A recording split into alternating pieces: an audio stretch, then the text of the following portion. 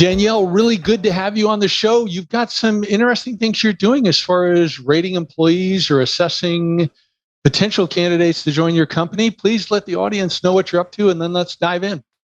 Yeah, thank you so much. So I have been an entrepreneur for almost 25 years. And when I started my first company at the ripe old age of 25, I hired based off of someone being an alumni of my university and being in the same sorority house as me. I was going off of gut. I was going off of arbitrary, subjective things, and it worked for a bit. Some of my first hires were lucky, knock on wood. But then, as we grew, I that strategy wasn't working anymore. So my tipping point came when I hired someone who was the brother of someone I went to college with, who I was on dance line with. And he was actually the fraternity brother of a graphic designer on our team. So I'm like, well, sure, you check the boxes. Oh, and you can start on Monday? Great. So I brought him on board, and he was my first tragic mishire. He did not want to listen to feedback from his colleagues or clients. He thought, well, he had a freshly minted graphic design degree. He knew what was best, and was not open to feedback, did not actively listen to fellow team members, was very rigid about things and such, and really made my life miserable. I mean, I love working. I love being an entrepreneur. I mean, long hours, just give it to me. Working on a Saturday when it's quiet, yes, I love it. But with this individual on the team, come Monday morning, I'd be like, can I call in sick to my own company? Do I have to go in? I didn't want to face him. He just made it totally miserable. And I was lucky because later that week, I was going off to a program with other entrepreneurs and such, where I was introduced to actually top grading.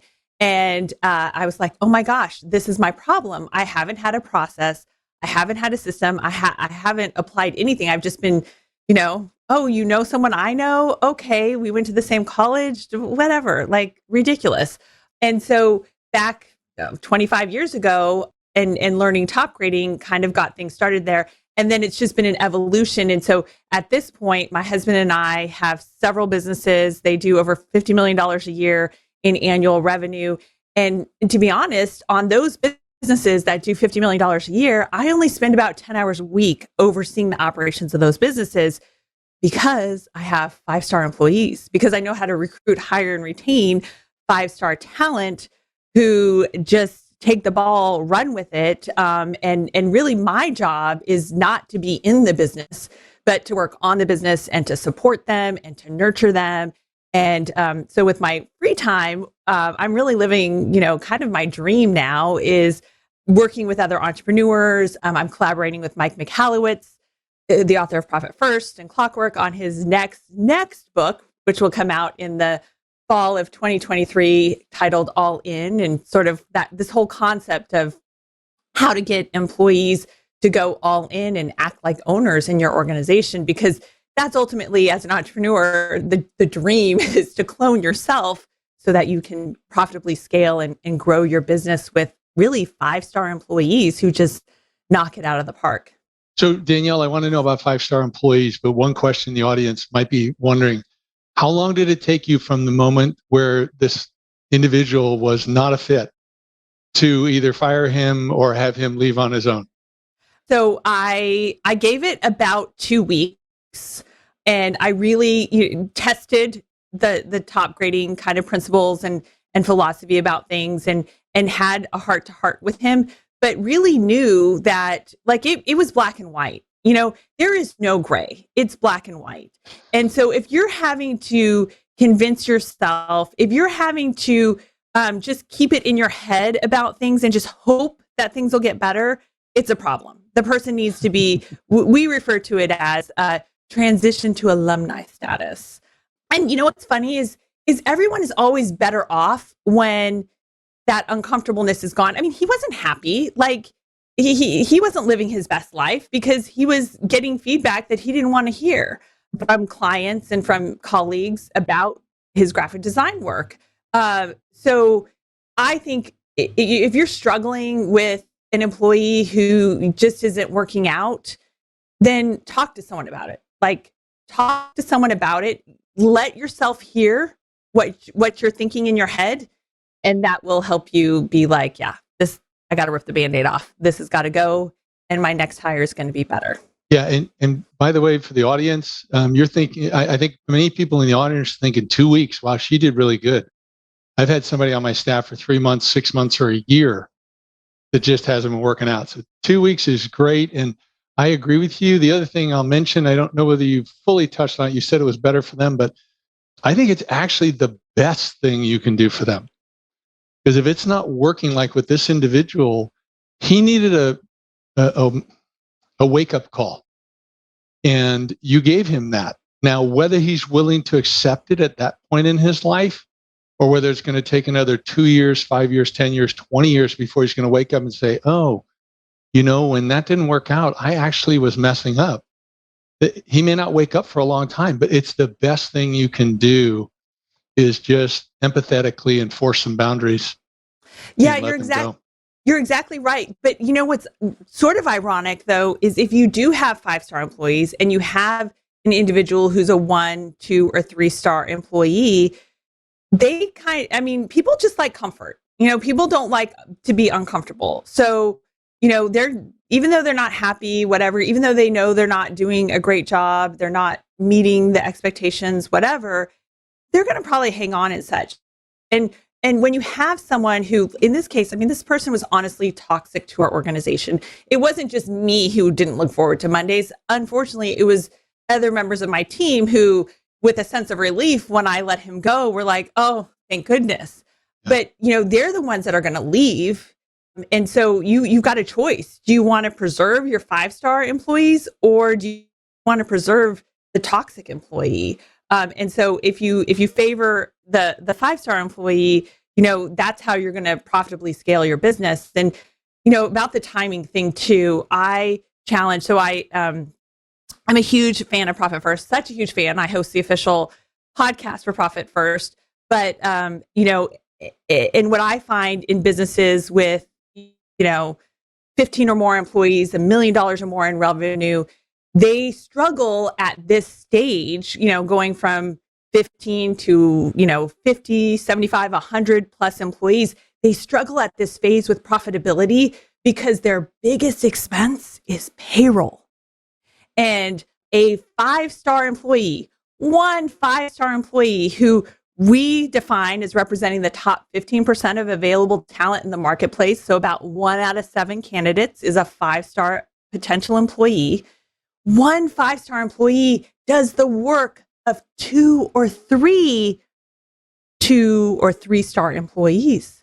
Oh, yeah. So at the same price, because compensation doesn't change performance. If you think that you've got a marketing person who is doing okay and is making kind of like the average market wage of, let's just say $50,000 for easy math, and you need them to do more and they haven't been producing, you giving them a raise of $10,000 to think that they're going to all of a sudden magically do more because you're paying them more. We've all done it. Has it worked? No, doesn't work. And so you can't change performance. And when someone's labeled a 2 or 3-star employee, it doesn't mean they're a horrible person. It means that they're a 2 or 3-star employee for that role. I can do bookkeeping. I could get a job as a bookkeeper, but let me tell you this, I'd be a 2-star bookkeeper because I don't enjoy it. I can do it, but I'm not fantastic at it. I'm not a 5-star bookkeeper, but I'm a 5-star at other things. So it just means that the person is not, they just don't meet the qualities, there's 5 qualities of a 5-star employee, or there's five points of measure for a 5-star employee. And I do want to dive into those, but I also want to ask you something else, because years ago when I was looking to define leadership, a system for leadership, which I ultimately did in my 3 strands leadership system. And I studied, one of the companies I looked at was Nucor Steel. And they talked about how, because they were non-union and they paid people based on performance, so a large portion of everyone's pay, up to the executives, was based on performance. So in good times, everyone did well. In bad times, everyone made less, including the executives. But what they found was that because they had 5-star employees, to use your term, with these people who really liked this model, because they actually made more than the union people, they would chase the union reps out of the factories when they would come to organize. And I don't remember a specific mention, but they alluded to the fact too that if you didn't measure up, everybody else wanted you out. So it wasn't you had to worry about your 5-star employees leaving. The 5 stars wanted to protect what they had. So they behaved like owners, and they would properly, professionally, appropriately, legally drive the person out, whether it was they reported to them and they would fire them, or whether they would talk to them and say, hey, it doesn't seem like you're fit, whatever. But so that's another benefit it sounds like you've got with your 5-star system. Yeah, but that's a great example about Nucor Steel is, what they did is that they attracted 5-star candidates because they were non-union.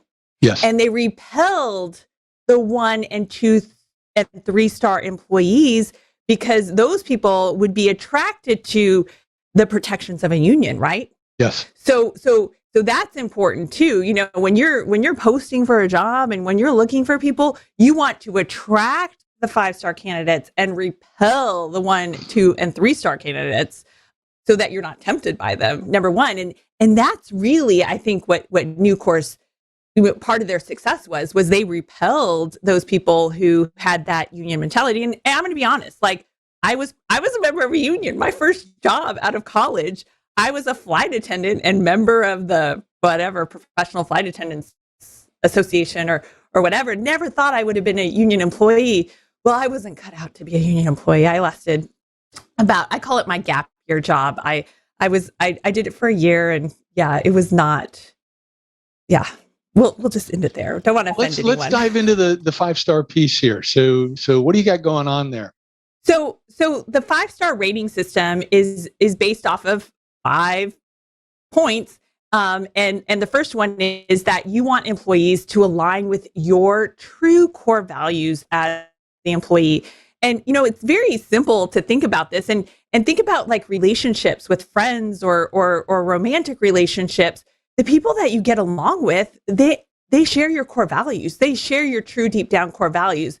And I won't get nitpicky here, but oftentimes businesses tend to have more aspirational values. That's what they're promoting, but they're not their true core values because those aspirational values don't happen 100% of the time. So it's really important that the owner really understands what their true core values are, and then they're recruiting and hiring people that align with their true core values. Then the second is does the candidate measure up to having the 11 qualities of a 5-star employee? So we've identified. Can we pause for one moment? Sure. So I just went on the first one. You said something super important. I don't want to take a lot of time on it because I want you to go through the rest. But this whole thing, here's a gut check that every leader who's listening should spend some time on this week. Take some sanctuary time, uninterrupted time, and just think about, am I living up to our values consistently? And how are my executives, how are my people doing it? Because you may need to make some changes. And that's super important. Really want you guys to think about that, because I'm sure that you would agree, Danielle, if you're touting these values, but like a narcissist, you're behaving in a different way. And by the way, I'm not saying everybody's a narcissist who doesn't live up to their values, may just be sloppy, not have some good habits. But and then you're behaving differently, that's going to repel people like what you were talking about. So I'm sorry to interrupt there. I just No, you're exactly right. And it's okay to have aspirational values. That's fine. But what you said was it doesn't matter what you say, it matters what you do. So you're exactly right. Your actions are going to represent your true core values. So understand what your true core values are. Those are the things that you believe and do 100% of the time, the things that you do 100% of the time. And so that's That's the kicker. You're exactly right. And when I help companies develop their values, I'll get some people who say, well, we strive to blah, blah, blah. And I always go, whoa, time out. It's like Yoda. There's no try. There's only do. It's like you're either going to do that value or you're not. So, let's get in with both feet or skip it. Yeah, wipe out those aspirational values. And most companies, like you've seen, when they say, "Oh, these are our values," they're really aspirational values. They don't happen 100% of the time. It's like, well, we'd like to do that, but we do it 60, 70% of the time. So, yeah, those are core values. Five-star employees. Five-star employees. It's happening more consistently. So, yeah. Okay. Well, you just started to talk about these 11. The universal 11 qualities of a 5-star employee. So we've identified 11 qualities, and out of those 11 qualities, 2 of them we have coded green, meaning they're, relatively easy to change. So if someone doesn't necessarily have, one example of one of these qualities is an insatiable thirst for knowledge. If they don't seem to be demonstrating that in the interview process, that is something, with some coaching and some nurturing, that can change because, people typically don't know, and especially employees. Entrepreneurs are kind of like a different beast. Like, we love to learn. We are always consuming content, et cetera.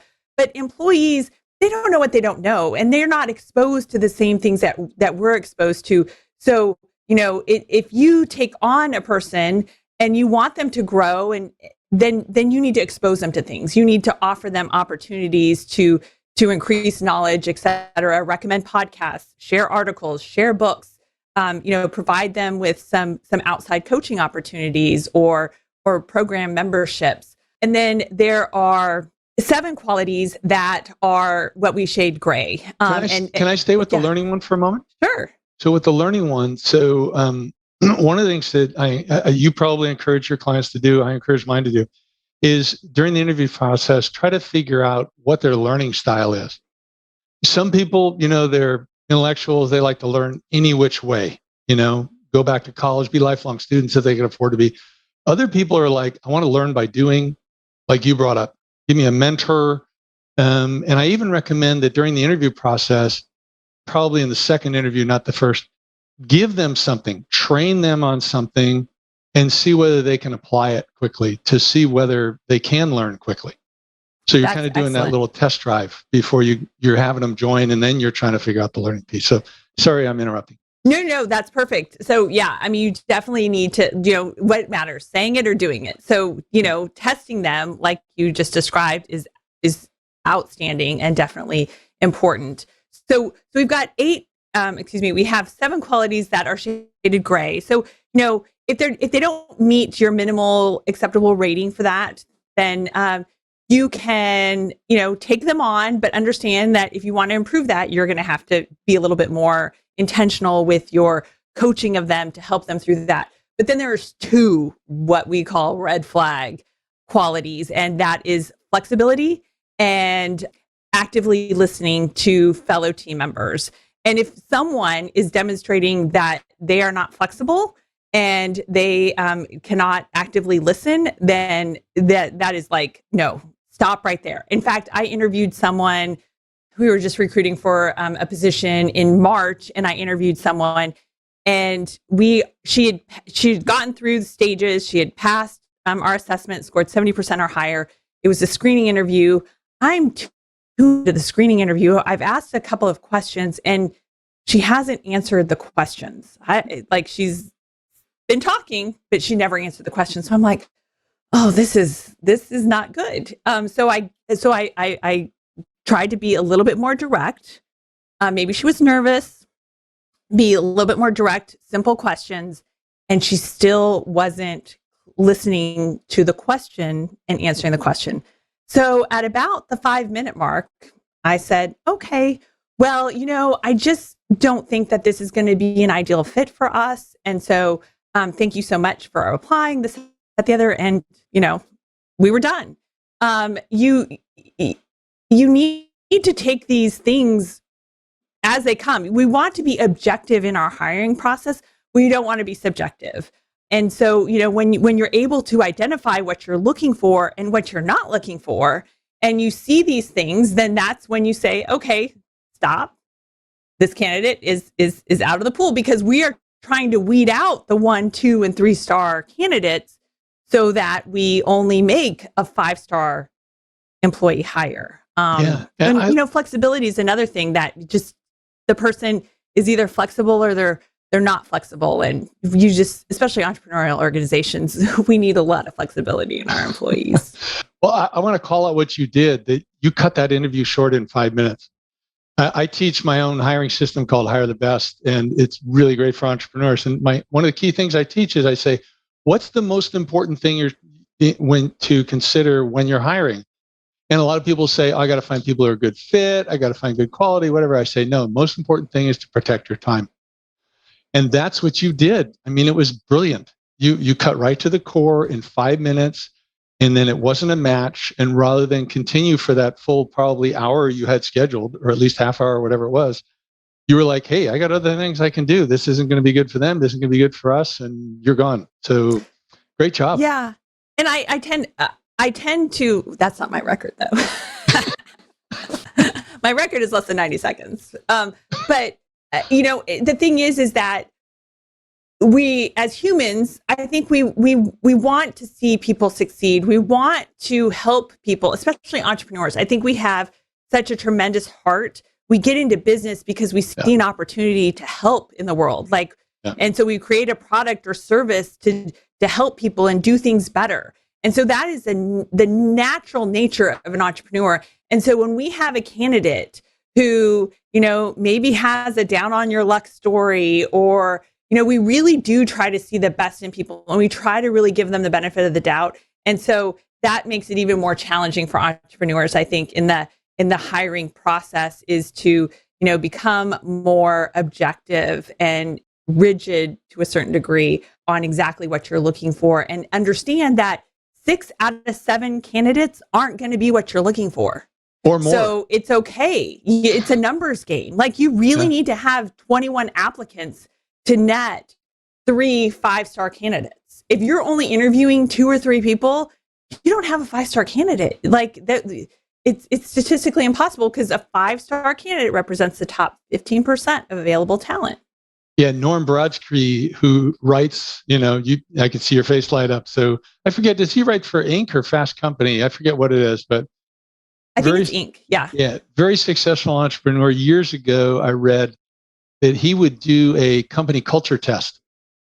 So he would spend 30 minutes, the first 30 minutes, just talking about the company. And if the person lit up and they're asking questions, they're doing what you said, practicing active listening, they're engaging, then he's like, okay, I move this person next level. If they're falling asleep or they're just nodding their head or nothing, he's like, no, they're not. And he said, of course, difficult to do these days, but he said that he had to interview 20 to 25 people to find one good candidate. Yeah. And, you did back in the day. So when I did top grading, it wasn't very efficient because it did take a lot of time. And when we opened up an office in 2012 in Indiana, and I live in Southern California, I needed to make my system more efficient and such. So at that stage, 10, 12 years ago, I implemented adding, after the application process, an assessment. And so the candidates take an assessment and they're scored against a benchmark for the role. So the benchmark varies by role. And if they score 70% or higher, then that's a 5-star potential employee. But the fascinating thing is that it's explained, we outline our 7 to 9 step process depending upon the role of our hiring process. And step number 2 is to take an assessment that will be sent to you immediately. You need to take it within 24 hours of applying, and it takes 35 minutes to do. People still apply, and the majority of people who apply don't take the test, which is just crazy to me. So, we're weeding out someone not only not actively listening, but not reading directions. So I think that that's a time saver. If you can find some way to do some sort of assessment and have a line in the sand. If they score above this, then they move on. If they don't, then they're a 1, 2, or 3-star candidate. Don't be tempted by them. Don't Well, look at their resume. and I would say I do totally agree with doing something as a qualifier to see whether they're reading and they're doing it, whatever it is. The assessments or work, I'm kind of split on because they can get help from other people to do type of thing. And we actually, I talked with a recruiter recently who had a candidate go through several interviews, and they hired the person, and the person they hired wasn't the person who did the interviews because it was a remote position. And they didn't do it with video. Oh. Really foolish. Really Wow. foolish. Wow. Yeah, it's kind of crazy times right now. It is for sure. But totally agree with that. So why don't you keep stepping through you said you went through one of the greens, and then you went through 7 of the grays, and then you talked about 2 that were like must-haves. With So the that's the listening 11 skills and the flexibility. Yeah. So those are the 11 qualities. Okay. Then really quickly, I know, I'm sorry. Then the third sort of star in the 5-star rating system is to rate the candidate based off of the specific aptitudes and skills you need for the role. So you should have, between 8 to no more than 15 aptitudes and specific skills you're looking for in the role that, and then in the skills aspect, you need to test. Like you need to create tests that test exactly what you need that person to perform or do. And like you were talking about too, this is where you could insert, teaching them something and seeing if they can take on and understand what that is right away. And then the 4th star. Let's stay with that one for a moment. Okay. Just stay with that one for a moment, because when I teach my hiring, I've got some very similarities to what you do. I love what you're saying. I say there's 2 things you absolutely have to do. One, you have to do a background check.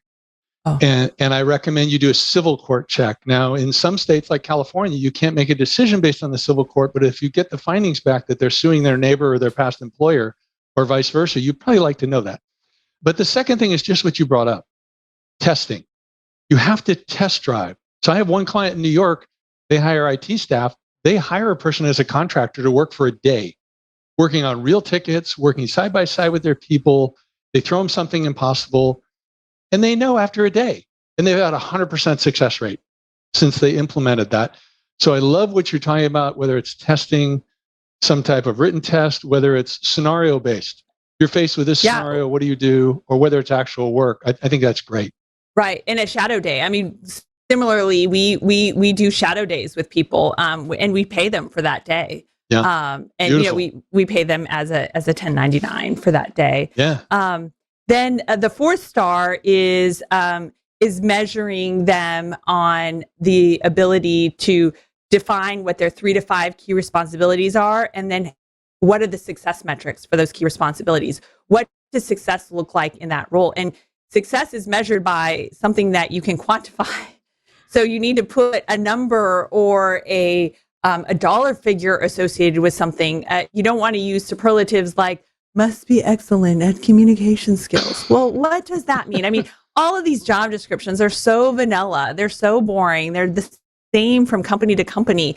And, that's attracting the 1, 2, and 3-star candidates. Now, if you say, hey, we're looking for excellent communication skills, and we are looking for someone that can make 50 calls a day and close 5 sales a week, that's what we mean by excellent communication skills. That's going to attract the 5-star candidate, and it's going to repel the 1, 2, or 3-star candidate who doesn't want to be held accountable. Yeah, totally agree. Clear and measurable. Love it. And then the final star is return on payroll. So, and I think we talked about this a little bit earlier, how long do you keep an employee who is a 1, 2, or 3-star employee? Because that's costing you profitability. And they're not producing a return. Employees should produce a minimum of a 3x return on their payroll. So they should be, if you're paying someone $50,000, they should be doing something somehow, some way. I don't care if they're even an admin. They should be having an impact that's adding 150,000 to your revenue. And so, this is just kind of like another measure of, does this person need to stay or go? Are they producing a 3x return on what I'm paying them? Because if they're not, then they're not a 5-star employee. I think that's awesome. I totally agree with you. Rex Frank's a guy that's been on our show a few times. He's in the IT services industry with C-level operations. He teaches the operations with IT resources, and he teaches that 3X principle with your technical resources. It's a great one. And when I get people, they come to me and they say, "Oh, I got these employees. They're doing a terrible job." And I say, "Well, wait a minute. Why are you blaming the employee? You hired them, you manage them, you develop them, and you're retaining them. So how'd they get there? And then what are you doing on the other three management disciplines that's not working? And if it's not working, like you've said earlier, you got to give them a good chance, but then move them to alumni status, Yeah. to use your term." Yeah. So awesome stuff. Thank you so much. It's been such a treat to chat with you today. Yeah, it's like speed dating almost, because it seems like we just got started. We're just getting rolling. So what's the best way? I mean, this 5-star program, what's the best way for them to learn more and really consider how they can implement that within their organization or some of the other tools and services you got? Yeah. So go to 5staremployees.com. So the number 5staremployees.com, where we talk about the 5-star employee rating system. And I really believe that owners need to own their financials of their business, because you can have a bookkeeper and an accountant and all this stuff, but they can't make the decisions on your increasing margin or decreasing expenses. So you have to own that financial aspect, but you also have to own the people part of your business. You have to own the recruiting, hiring, and retention of your employees and let them do the work. And so the 5-star employee rating system is an objective way for you to take control and really understand the talent in your organization. Love it. Congratulations on all your success, Danielle. I'm sure you got a lot more success coming down the road. And I hope the audience really checks out what you've got on 5staremployees.com. Thanks so much, David.